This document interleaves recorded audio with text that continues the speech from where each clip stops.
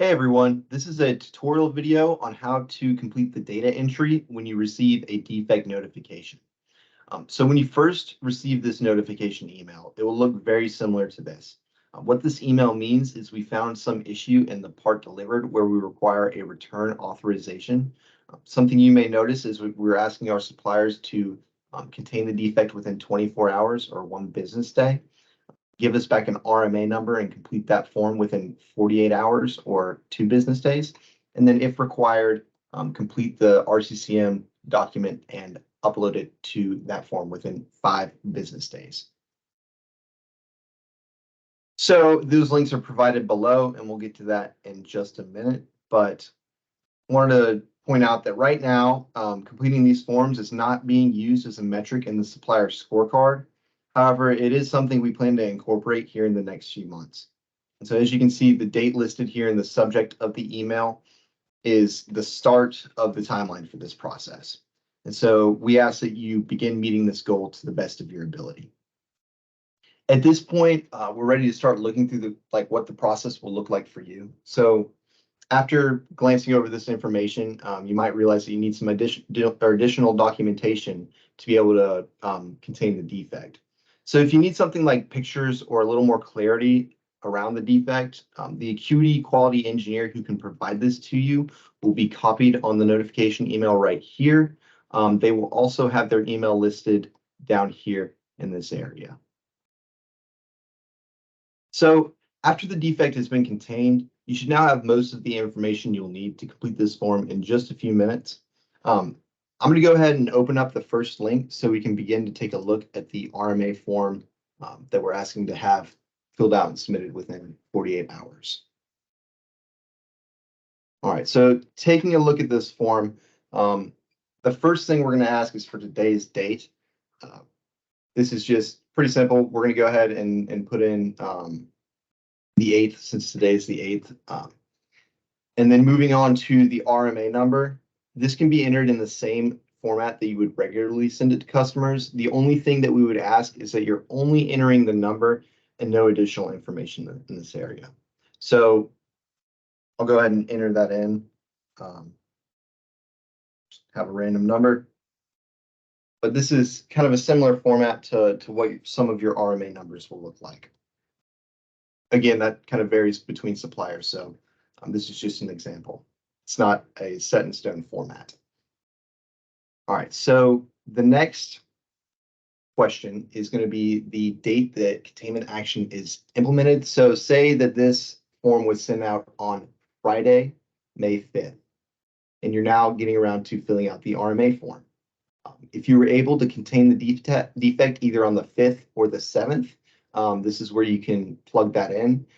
However, if you don't have the defect contained yet, but you have a plan in place, you can go ahead and give an estimated date of completion. So whether that's later on this week or the next week, you can specify that here. For this example, I'm going to go ahead and put in the 7th, 1 business day after the notification email was, if it was sent on the 5th, this would be 1 business day afterwards on the 7th. And then for the containment action description, I'm not going to enter anything here, but this is where you give a short summary of what you did or what you're planning to do on this estimated date to contain the defect.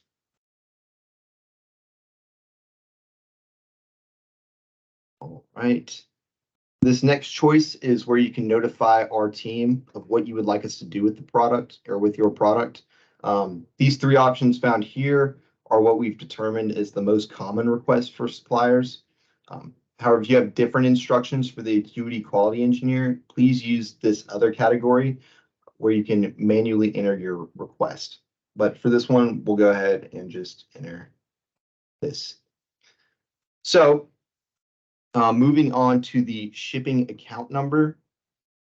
If you'd like any of your products shipped back to your facility, we'll need a shipping account number, and we'll also need you to specify the carrier you'd like us to use as well, or the carrier that you're using with the shipping account number. And so I'll just enter number.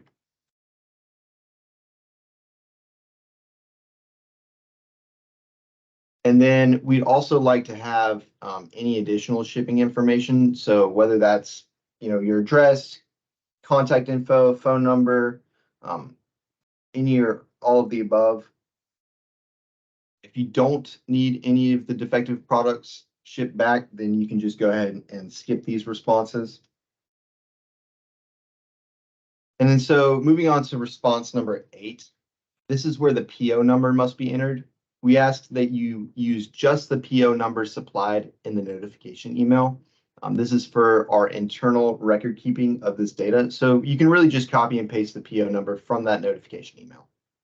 The only thing would be to be aware of any extra spacing or different formatting issues when copying or pasting, or if you're entering it yourself, it should still be the same as this number. So I'm going to go ahead and enter it here. You see that there's, not any spaces before or after. Well, yeah, no, or after. And so it'll upload into our system really well. And then the last step is just to notify us of your completion of this form. So the best way to do that, and the way that you're going to let your Acuity contact know as soon as possible, is just to go ahead and copy and paste this email here. So just copy and paste it, and we are good to go. So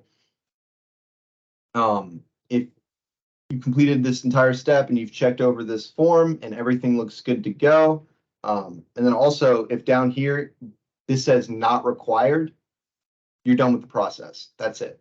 So it's simple as that. You can click submit, and then you can also, save a copy if you'd like.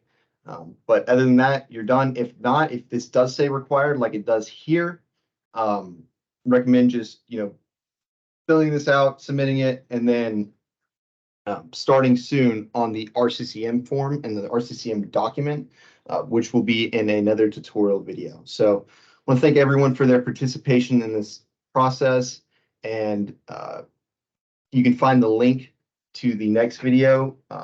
It will be in this email somewhere once it's made. Thanks, everyone.